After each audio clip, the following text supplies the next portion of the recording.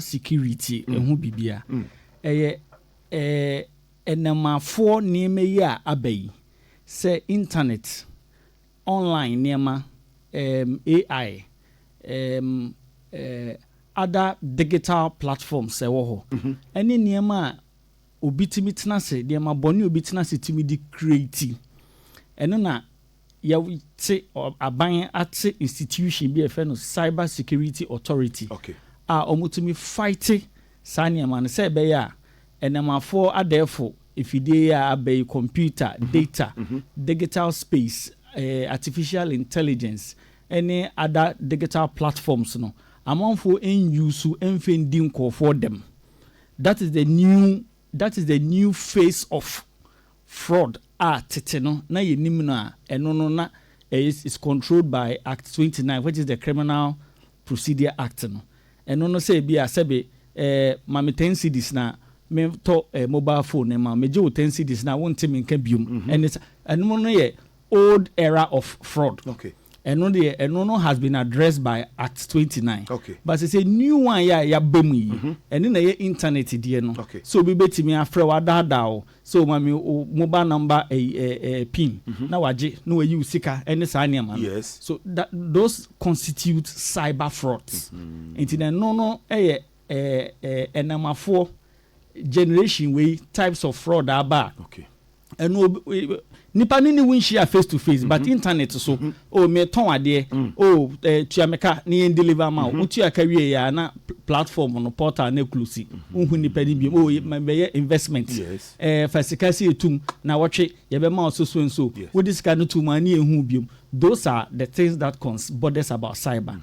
The other fraud na ye say personal oni nipa na ehia edi nkuta ho abo mpu ni mpu na nipa ne so mami say na menye say fama wo de ma na want ni nka biom ene o hia me ha na fa so so mami na de ma me wi a me twa me ho ha ya me de wa de be den ebebrew na ne nsa nka biom. So those are the old type of fraud which actually is addressed by Act 29. It no cyber ne de generation we enamafo de na aba na me ni wani mu nhia so na ma bo okro. That is cyber. Yeah. Nti eno no yenya ho mra wo Ghana ha na. In fact, emra na efre no Cyber Security Act no say o ready a chew say a landmark na che say bibia problem bi e wo ho ye pe ano solution ya ma fe ya ba benya solution e so it becomes a landmark bibi me who said the mechanic chino in the landmark yes something that is a milestone an achievement say or mine etimi e de emra sa aba e be control the digital space now it's not so popular it na ye many council say maton sa frame me say membra na me be chire sa asemi nti they say no me pesenka ye breaking it down cyber crime no obi wo ha o engage ne ho obi mba onimpo say cyber crime ye betumi abobbo so kakra chire normal bi a oya ye consider as crime and as cyber crime ye betumi a chire mu kakra minim say omo a omutimi frɛ wo phone so e ka say antimpacho man send this kabia ba wo phone so sesi ampacho hema me wobekɔ no ampana wanya message say sika bia ba phone so but na enye no kre na ɛhɔ na no ɔse send ma de ma me na e bia wo so so agya nyamesuro wo mu ntino wa send ama no ɛno so so ɛyɛ cyber crime no bi yɛbɛsi ehu no me pacho an e bia once woni nipa no mpu ni mpu then it becomes a cyber something in the space. That's it. When we are transacting all the time no as a dear way to me see over the internet it cyber crimes are a war as say obi edi ne ho ahihye bim na so onimu a ene emra wo ho no mu a control sa de no say yen chi wo na eye wo say emra bi eni ho na da ye be so mu no na be hu say emra wo ho ebi ni ye identity theft say me ameti hei me ye ofori Dankwah na obi de me picture edenam say yo noa no de gigi amanfo sika no de bu amanfo fa so over the internet no sa identity fraud no eno it comes under cyber. Number 2 unauthorized access to financial systems. Okay. Say obi tries to hack into a certain bank account. Now I transfer sika to bank for bim. Obi so tries to hack into your mobile money or pay pin. Obi pay password be to your email. Now we authorize it and then you say a internet online banking or OTPs. Obi to me hack it. No generate OTP. No they acquire transfer. No account. All these things come under cyber crimes.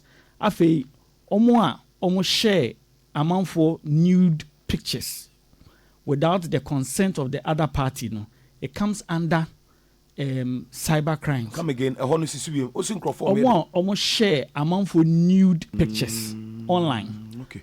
Obi adeja the picture bedi wo ho mpana bi ejai eya obi nti na odene na deja no abeto abonten ene saa niam ni nia no sese emra wo ho no ma etia saade no a wo ya ebetimi acho remember wo de wani toto for won saade no aba fom kakra. Okay. Yes, because ye chi ba ko mienu miensa bi no ama signal na ye den akọ nti abre bia no menye opportunity na me kan law ho asema me ka say law is for development. Nti no ohwe society no bebi a society na chia ekona na ye de mra bi aba na betene yen because amre no ohwe mra bi atwem na saade ne wo hopa obi ni obi jaya na we leaking the pictures obi ni we jaya na we leak ye beda sorry bia na picture bi da bontin say saade ma no is under control. Nti no sa leaking of pictures no eno so eka ho. Okay. Na online impersonations. Okay. And deceptions. Okay. And also that goes into the scam because meteha me ye bema na me no wo chat say me your ba any then and I me ware and I me the romance ne ho keka ho. Then you send me money for our menya property bi me papa ewu me mama ewu me hia mo kakra na me de akokota kwaji na japade sanema we ni ya titi bibri. It comes under the cyber crimes. Okay. Afi so media space now to share harmful, false, misleading digital content. Adia eseyobi, adia enye no kre, asama enye no kre. Egu obi hu fi. Ene utime no content forms. The to TikTok so ne sa nyama na aka ni nia no. Eno so it's a cyber offense. Etia emra especially se nipa no ko report wa. Okay. And you know now the police have a special unit which is called cyber crime unit. And they don't joke with some cases. No, not at all because no mekan say yan tsene o mine e baby aye kon na nkenye. Okay. Ma mimbusa question we fane say be ma hia oba e wo internet so oni na di nkomo omo chat. Oh, come home. When you come home and you are going, I'll give you 1,000 Ghana. Maybe oba na ba. One ne da wie na okon o si o scan no kran so dey 200 Ghana. Later me de be ma oba no report wa eno so cyber crime ne bi e ka ho na. Okay, eno no me chiche. Okay. Na ma share the offense. You see, where an adult of majority age become majority age make from 18 going. But Emrana Kasa say the consent for sex is 16 years. Okay. It is a way the 16 years then Emrana man ho kwan say ubetimi ni obi ayeden ada and no defilement any hobium. It is a war of age. Na se wishia bema na se bema no say of age na se more agree to do what you have planned or intended to do there. And no consideration be any payment assembly be any. It is a Michelle Obo, some many way me ma 10 cedis and 20 cedis. Sa boshen emre be any who betting share the other party no chinchina try say untia sika ne den emfama. Oh wow. And on your kind of brofum say the court does not enforce immoral contracts. In the assembly court First Atlantic Bank assembly court oba bi de be ma bi court was asem no ho o hwe se de court bu asem na ɔsi o bɛrima no menim sɛ waware deɛ nanso no na metwe mpena ɔsɛ bɛware me ɔtɔ kaa maame ɔyɛse maame ɛnɛ ɔsɛ ɔne me gyae a megyegye saa nneɛma no nia that contract itself na wɔde aba court no it is immoral and there's a duty placed on the courts of Ghana and in the whole world under the common law say no court will enforce an immoral contract. Deɛ na man yɛ immoral. If we say ɛno na mekyerɛ sɛ sɛbe mamisika na mene wo enkoda no ɛno no ɛyɛ immoral. It is said the counterfeit akoto we no. Why na wokɔ report no? Yes. Sana asɛm na ɛsia wontumi fa sa asɛm nkɔ court sɛ court mesrɛ wo me the counterfeit koto we ɛna one mami we no so one mami we na de ma me ne nwura ɛne we nti me de ne ba police station na me de ne kɔ court court bi no ho betena se edi sa asɛm so the contract itself is immoral so there cannot be an enforcement in that matter. Yeah tete ho ne aba back to we na yedi on and there's another one organ ha you say obi ma check na o ma fake checker and na check ne bounce a unlawful no kra be na we no sum. Okay, so again, I come back to this. I am person to a baby. Okay. Law is for development. Okay. It's a baby a ebeshem rebiano. Look at emrano say ebema omaino any at very forming for ebetumpom. Hunisa into emrebia emfa development emfa mba per se no. Nature say ye will say a sign bium. Good. Having said that no. There were maybe a friend the Bill of Exchange Act. One of them Achepa. If I can remember, I think it's about Act 5 or 55. One of them say Act and cry over 1,000 and something. It is a Act to be a 55. You can imagine how old that Act is. Yes. And it is one of them Raswa and Shedenya changes CBI and Famba for amendment CBI. And so many other common law countries have it. The American Constitution say. Romeo, check is as good as money. Okay. Check itself is as good as money. Okay. It is a metna he na se bibi ni na se mesi o mabe didi wa ha ana maye bibi wa nti me tro check amawa. Yes. O so check ni ma ese wonya areshemu se check na me dia ma no it is as good as money. Shese obi asene o bill of lading say niam bi wo poso ba na bill of lading e de sene wo no ukita bill of lading na say niam bi eni poso e fake bill of lading no de abrew no it is a punishable offense. Okay. If we say ye na sa ade ne e friend check no ye betoto na se okay obi enye gidie ewom and in fact say dia due amount for issue due checks and ho keka ho ni ti se wo ko baby na wo kota ade na also tro checker eye binim den se omo beje good if you say ya toto na se nti say emra no e correct sa ade no woni sika and tro check no okay the check is as good as money. That is the position of the Bill of Exchange law. Okay. Check is good as money. So once you are issuing the check, then misomo it is said ya wodi sika ye den ahye me sape pepe. Any say me nya doubt to be good. Enti ne say o ma me check na say wonim say sika ni account mu na o ma me check na it is said ya wakoto ade a wantu aka wadwane akọ. E o say ye twe waso. Na o ka say no wonim say sika nim so ebe ye nwanwa if you say wo to ade no ese say wo when ese say check say sika wo account mu na bi nim. Eye wa wo necessary will check it. Say me wusika and minisika eyewa. So when you issue a check and it goes to the bank and it returns, it is a criminal offense that ought to be punishable because people will lose faith in checks. Wow. Afe ya hwede emra no ene omanfo na practice cyber crime no edi.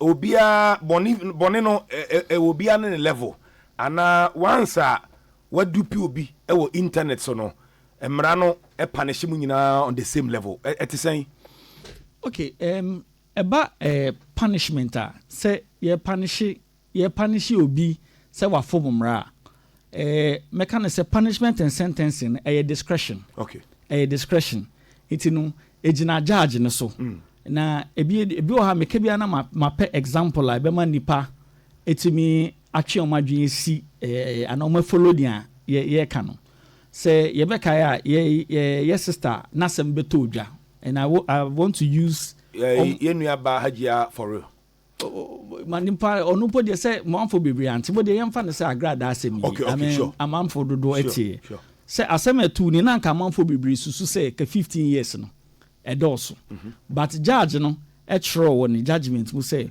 ohwe agrada ye bia na odi begina adaka mu ni say de behave yen eni say de onni enuhu ewo bone na waye den waye no ho eni say de odi didi amanfo bebre no eni enye ne first time so a ye de sa asem ni bia ye den abo na waba enu nti no na che say wo so otwe na so na ema afoforo so omo wo sa ati bi enim no hu say sa de we ye do ba court a waso be ye hye. So in sentencing no they just looks at several things. Anything that be ha ye too full. Ye nia ekwapimpolo. And I give these examples because a popular example. Yatete IC. Ye nia ekwapimpolo call criminal court no. The first thing she said was that she was guilty. Into a case so guilty no, first of all you don't waste the time of the court. The judge is busy. Okay. Into who also what you born here tomorrow. Then you are sentenced based on your own plea. Into court never once. Oh, okay. Sometimes they give you the minimum sentence. So just go and don't do that again. Okay. I mean, go and serve your term. But what they say we di boneno. Now on the court na come marathon 3 years, 4 years. And sana ya be hu say oh say ampa asem ne bubo wa. Wa ka say ade ne be ye wahi. And e bi wo so gina daka mu a asem na ye kan roka wa san peja na beti. Minimo bi a watwa red light keke. E wo say ye court ne ye fine no. But say the coach na deka mu peja na beti say oh enye fine keke na metua. Mo fine me na me nko be na judge no man no 2 weeks remand. Wow. You see, so ade no ebubo wo na ugina court you demeanor ube show e wo honum no so that we can move forward as a nation. Why boni misre minim say boni ena me ye it's okay na ya twenso it ya twenso we akọ na menye biom. I mean that's fine. That is not to say we defense don't put up your defense. I mean do your defense.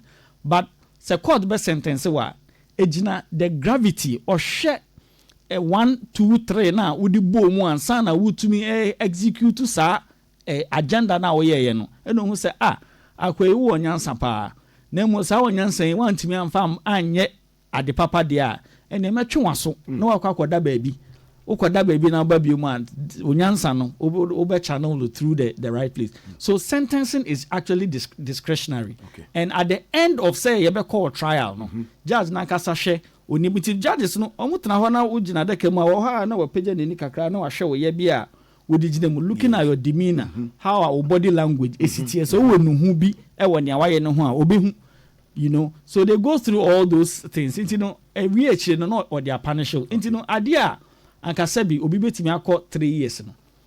Judge be betimi show ye be no aka just 15 years. Wow. If he said o attitude that would be show or court anum say no. Say etwa so. And no appeal be no betimi. Oh, appeal ho. Appeal there is of right. Okay. But whether you succeed in the appeal or not, no, it's a question of law. But as for the appeal, it is your right to appeal. And yes, you are appeal now a month for you. No, a higher place than baby you do a no, and a senate. Okay, you do a sema court no, you will move into this one. Into a statutory district court. Okay, your circuit court, your high court. And your court of appeal, and your Supreme Court. Okay. Into the South 5 courts where they were Ghana. Yeah. Into all started was some high district court. Now you do was some na say wakuma and toy yamwa. Utimi stress court fufre di hono. And san share was some bium and farm. But for the purposes of discussion appeal, into the started from the high court. It is a high court. Now say high court yedi wasem whether civil and as a criminal na say wakoma anto yemu a usually they use the word aggrieved. Okay. Say why you aggrieved and you are not satisfied with the decision of the court no. Yes. Now we file aba court of appeal. But before then obebo high court na manie say asem no mudi ye no wani anje hu nti no pese court of appeal. Okay. Court of appeal no 3 judges and a betanasi. Sassem crona I see no besan hwemu bium. No madwen ho no be hu say nia yes sister and I brother ye or high court no esefata and I say ensem fata. So appeal ni there it's of right. So wo feel say wo a wa wasem no wo feel say dia ya kan asem na si na dia edi asem na koduru no wakoma ento ye mo a utumi instruct lawyer say asemi yensan ko up yɛnkɔ yɛnim biom na yɛnkɔ pɛ nkyerɛmu foforɔ na nkyerɛmu yɛ a mɔde ma media makoma ntɔ me yam appeal no enhye judges na bufo no okay judge bia onim adwuma ne bia in fact appeal no kra no ɛyɛ a test ɛma judge no tumi hu sɛ madwuma no ɛsɔ ani anaasɛ ansɔ ani nti judge bia osuro appeal no na yɛ judge a ɔngye ne hu ndi sɛ ruling na mama no ɛyɛ solid in fact kakra ya mabɛte ɛne sɛ judge baako bi yɛfrɛ ne pɛga yɛsɛ justice pɛga ma membo ne din yi retired yɛsɛ from high court no nneɛma bɛte sɛ ne decisions dodoro bi ne hɔ ɛkɔ appeal a yɛti bi over 10 years na kyerɛ sɛ decisions na wɔma ne nyinaa no is solid and based on law yes it judge biara nyaaya ne decision bɛkɔ saa test no yɛde wo fagye mu a sɛ yɛyi gold ne yɛde fagye mu a na wohu sɛ gold no aben nti yɛde wo fa mu a na wobɛhu so any judge who is afraid of an appeal ɔni gyidie wɔ ne adwuma no a ɔyɛ nim na obi yɛ judge na ɔdi case wie na enipa na appeal na I mean ɔmo appeal wie na ma bia changes ba I mean sentences no ho a ma judge ni fili say madwuma yi ma nye ni ya na ɛwɔ sa oh not at all not at all not at all on say almost ɔmo adwuma spectacular na me hye abra me take decision no any spectacular higher court no so share answer no almost share decision na me take him they might see things differently for example agra da asemi ya na yɛ 15 years by the time they will hear the appeal maybe they will say so okay ni dimi na ni bibia no anko yi said o ye ne ye bia obeye wo court no keka ho no na so 15 dia da braka yente so kakra ne ma ne 10 the court of appeal can do that the court of appeal so betima ka say 15 ni kresa yen san fa bi so yen den one year lock here oh yes yen fa bi so yen den san to so en san ma na da chi bi ko na san ba bi ma echirifo dia ye esua de so it can go left and right nti would you advise yen kwa appeal na the first judge ne bebu ano yen fa ne sa as a lawyer I would always encourage say if you are aggrieved with the decision a court de be ma ona appeal your rights and the intimi so obi ahon kwa court nemu no enye say ye kwa ne say yen kɔ keke was said to me the appeal must be based on law not emotions it must be based on law until say based on law na say what they call appeal need it helps the development of the law ebini say most of the civil cases are esi Supreme Court it changes the positions of the law on some called Supreme Court decision on the ba na yemra it is say obi asem e high court one fan ko Supreme Court one fan ko court of appeal every one san fan ko Supreme Court and can run bebre wo ho no mo a ensesa hwe say e can spousal property right tete no na e say ye ni enim say 50-50 yes but case be by Mr. J and Mrs. J almost started with high court be ma na kuma antone yem ye di ma ba no na kuma antone yem no court of appeal eni ye di ma be ma na oba no sha kuma antone yem no mo de ba Supreme Court na Supreme Court hwem na Supreme Court say o da bi sa 50-50 no mra no kra na ye no black and white say krenti sabium say de tie ne say wo a wo say ejapade a aware bremu na ye say ejapade no be kire nia wo ye to a wo de contribute to e ma sa ejapade ne ye den okay fam into just imagine say sa case we anko Supreme Court anka say obia 50-50 but it's a case no coin into the position has changed so we encourage that we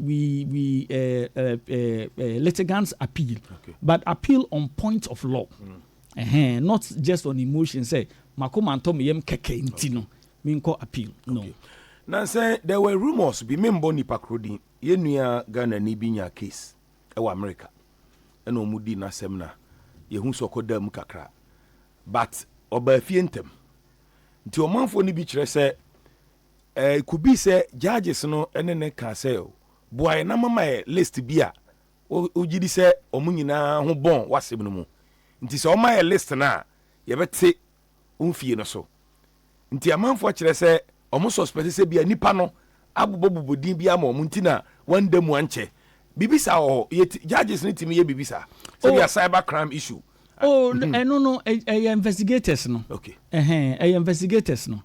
Investigators no.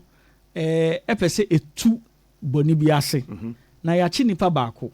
Na nipa baako na yachi no. Ebia ono oni more information obetimi di ayeden ama etu sa boni na se. Okay. Dodo na eta even Ghana ha kra bi ta isi. Obu ha yachi na we lead information na di achi obi na di achi obi na di achi obi na di achi obi. Etu boni ase. Na mekansi so say it is the responsibility of the state to fight crime. On mine a responsibility say obe tu boni any a crime cry can be can you say obedi tu ewudie ase your mine a responsibility me can on mine na on mine working through the police, working through military, national security, national bureau of investigation, all those people they embody on mine to be able to say more fight a crime. It say Omai no say crime now wa commit no a long line from America. Awa besi Ghana manfo bi ninenemu on the line na. Also omunya botre ehwe line ni nia se na yetu so sa. Okay. Said the beya sa abon ni ebe free ho. Into nipa ye che wo first no. Yetimi enter into a bargain with you. Ni ene wa discuss say okay boni awa ye die. Anka say wo komu 20 years o. Na mu de betimi aye de abo a oni say utumi kire omu di saa kotene wo saa nemu anim nia utumi kire ya eno de instead of be 20 years no ye be ma the lowest charge na yakọ because lowest charge na be to judge ni ma the judge knows say lowest charge we dey be 2 years or 3 years and say dey the oko so police no prosecute on that they prosecute on that no mo the over court na court ma saa sentence no na woko. But it is, and I'm kind of the responsibility is on the states to fight crime. In the states, now I elicit information from you. I will be you so their fighters are syndicates now almost causes idean. So Sassam na titi says yes, no cry. Even Ghana Hanum Crano. It means he said, no, say you say a check. Omo robbery or rural banks. Me sure say back on near chain. But information or also they might lead to the arrest of the whole gang.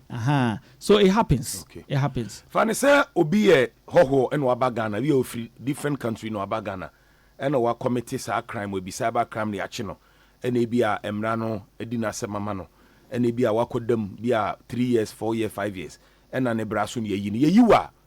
Ye twa wodim se wontimi mba o mai we mu biem ana se ye you are we okay obitima stay. Okay, I have been having a discussion I've been having a discussion with somebody on it. Say in the common law jurisdiction you will be a friend the right to be forgotten. Okay. Into Ubasha so apply to UK embassy. Na ana ye deported at any point of their immigration desk and I say what apply na what the false information be they apply and I say omo visa no na omo ban wa they will usually ban you for 10 years and you know after 10 years you know it's the rule is that omo be expunge the records from their system until you become a new person opportunity say obe sign apply sa visa no ebium. You know, everybody has the right to be forgotten. Say Google asem yesi Google na obo udin na wo hu asem ya atwa fa wo hu after some 10 years or some time you should be able to write to Google say asem we it's past and gone so I have the right to be forgotten. Okay. Whether or not sir idea way is very embedded in our laws now. It's something I am discussing. I'm making some research into it. Okay. The right to be forgotten. It didn't say ubedi o ya foreigner na ubedi bone wa ha. Na ya cho what the mu wa ha. The punishment is to serve the prison term or the sentence. Who serve prison term ni via? Does it really conflict with your right to stay in Ghana? Yes. And also a different matter. Okay.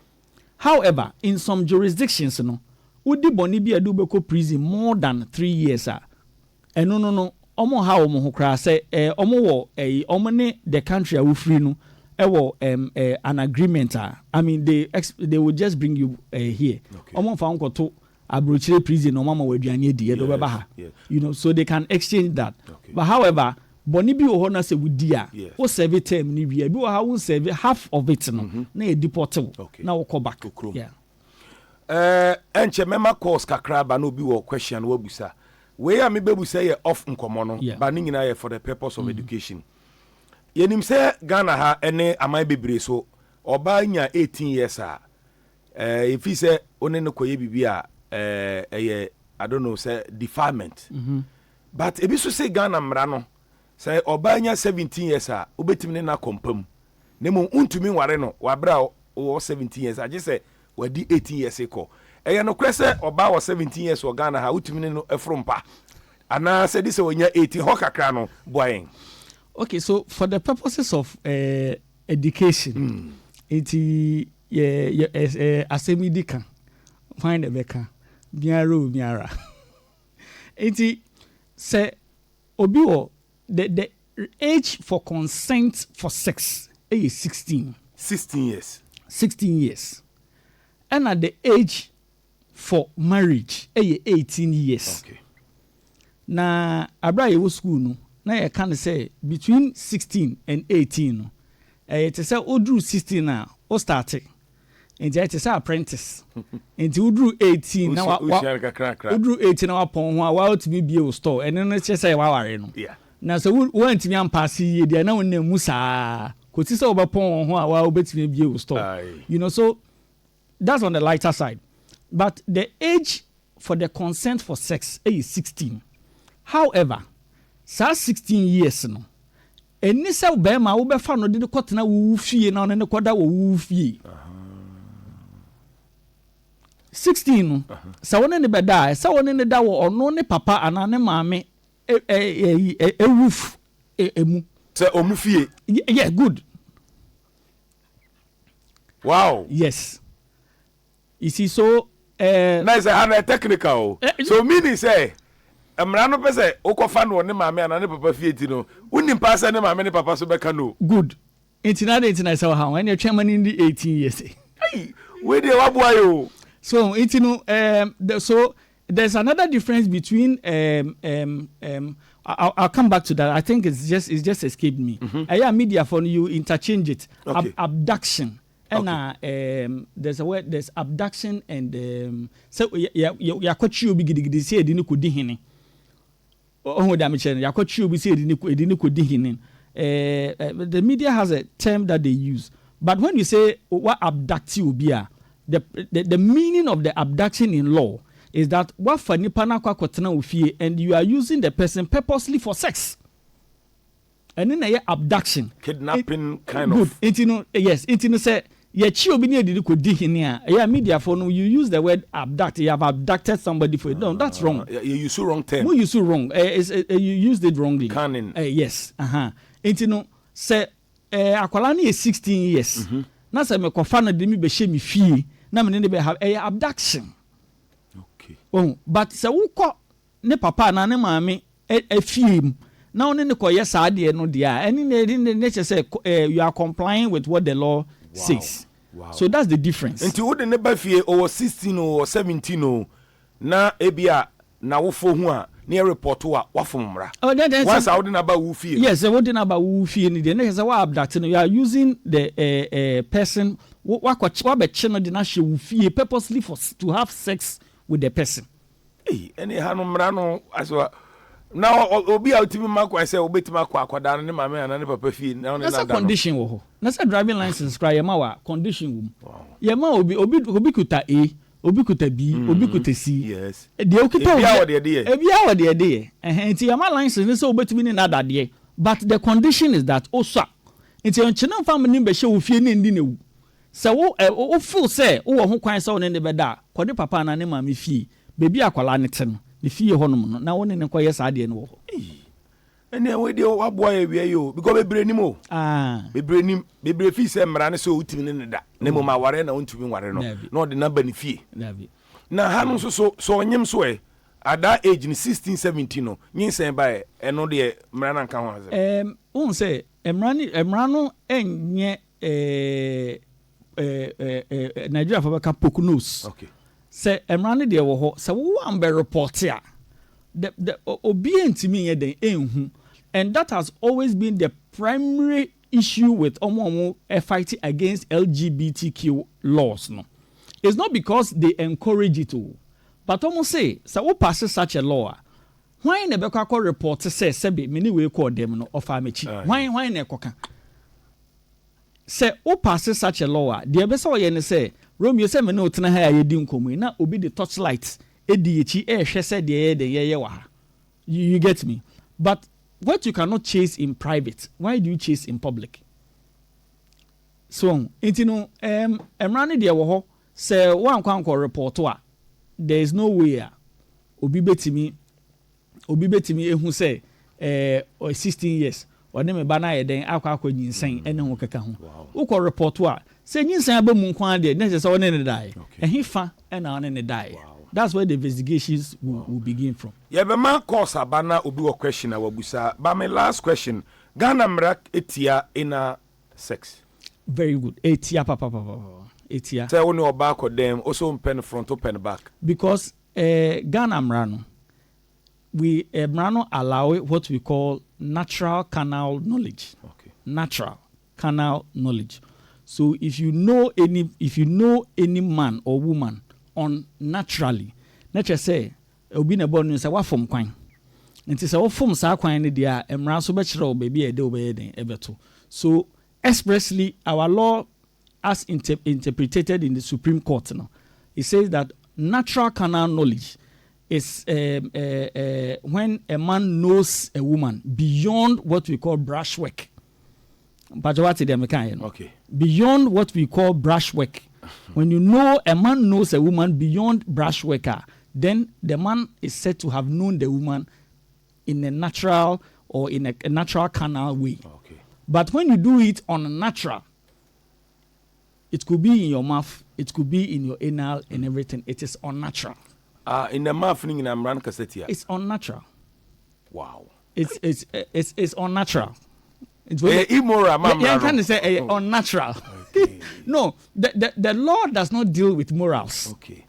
Well, because Emrano de yes shemra, it was standing the test of time. Okay. It is all the moral ebe shemra. Whose moral should be the standard? Yeah. Is it the Christian? The is Muslim, it the moral? Is it the Buddhist, Islam? Is it the Buddhist? Then bibia beye basa. So the law does not concern itself with morality.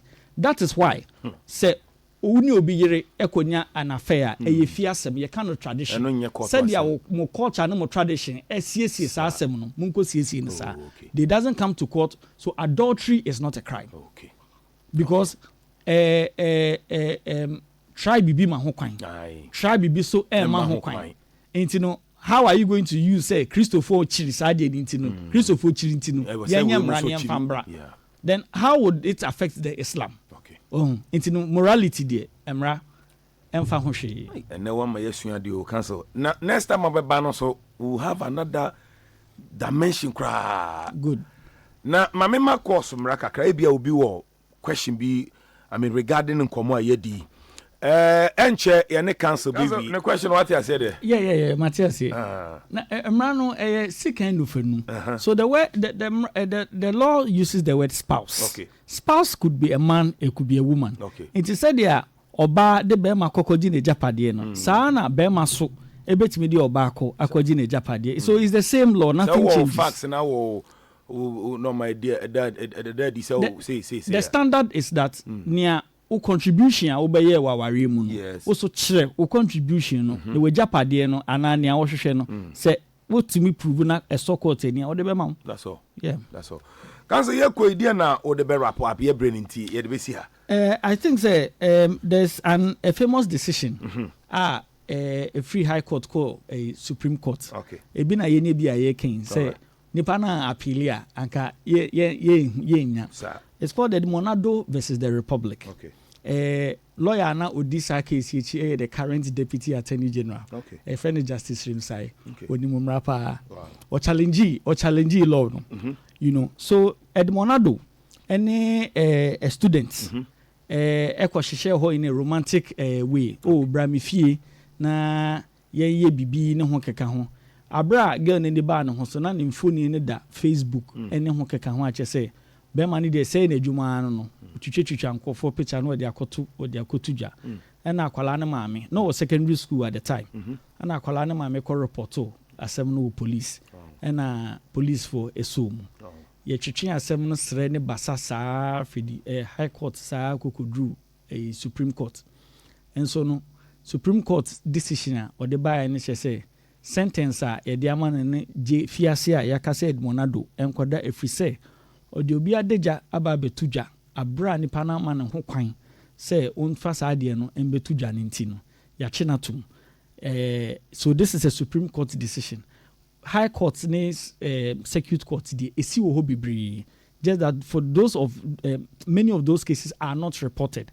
But reported ones no na ye discussing it no cyber crime no e wo ho e real it no se wo de wo hu ahye bibi mu saa na equipment so wo ho no mo a ye betimi na nse mo post TikTok you want so wo ha na akwache no equipment wo ho a bebi a wugina na wo ye saa de na wo post ni ye bechew it no obi anye ahye yi na mra no wo kro nu se be ya obi ahụ nye de emasem na wo ho ba asem a waso be ye hyepa na insult a crime ewo Ghana ha say obi di obi atem minim say me ti say the man for mom di politicians ye chi o motena tena internet so a obatina we di we atem na we di ti say na say abro nya di udi atem a does it become a crime yetimi chi obi ewo atem di ho?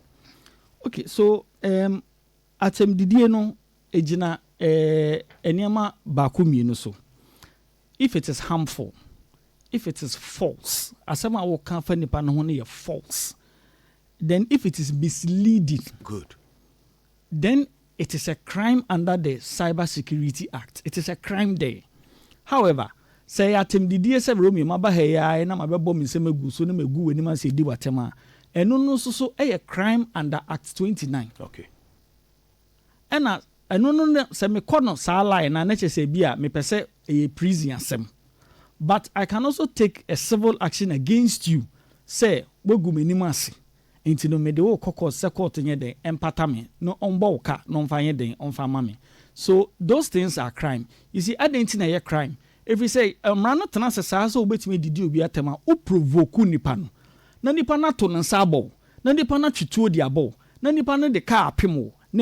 So we cannot, as a mind, we cannot continue to allow a man for so mundidi in comfortable. You provoking the person. Who provoking the pana that Roberto and Sape, not the above. However, so we a public officer, you must exercise restraint. The way overreact on public insult or accusations. Because we a public officer, you are accountable to the people. So the difference is that when you are a public officer, the standard of the insults or the facts that are mislead are very high than say be a Romeo menewa yeti he public servants no. The standard for us no a bit a form kakra, but we a public officer the standard is high. Okay. Wow. We the last one. Na ye nimra wo Ghana say obi ti abruchure Ghana ni.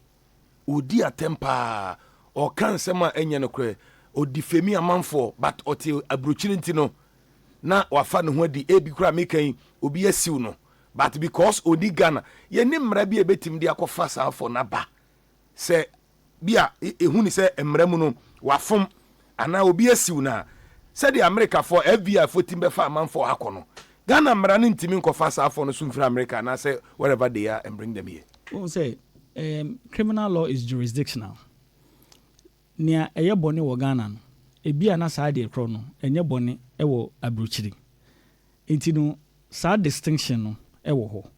Number 2, kro bia bo ne citizen ho ban enti no ya hyehye mra se wo pese wo kofo obi free baby ebedi na asem wo ha no mo a ewo se wo kosre sebe wo kɔ ekra bia simpo na wo kofo obi wo ha se wo kohu nana ohini wo ho na ne ohini kodi nkomo se wo ebia onipa bi so enso na asem aba enti pese me befa no ede no eko.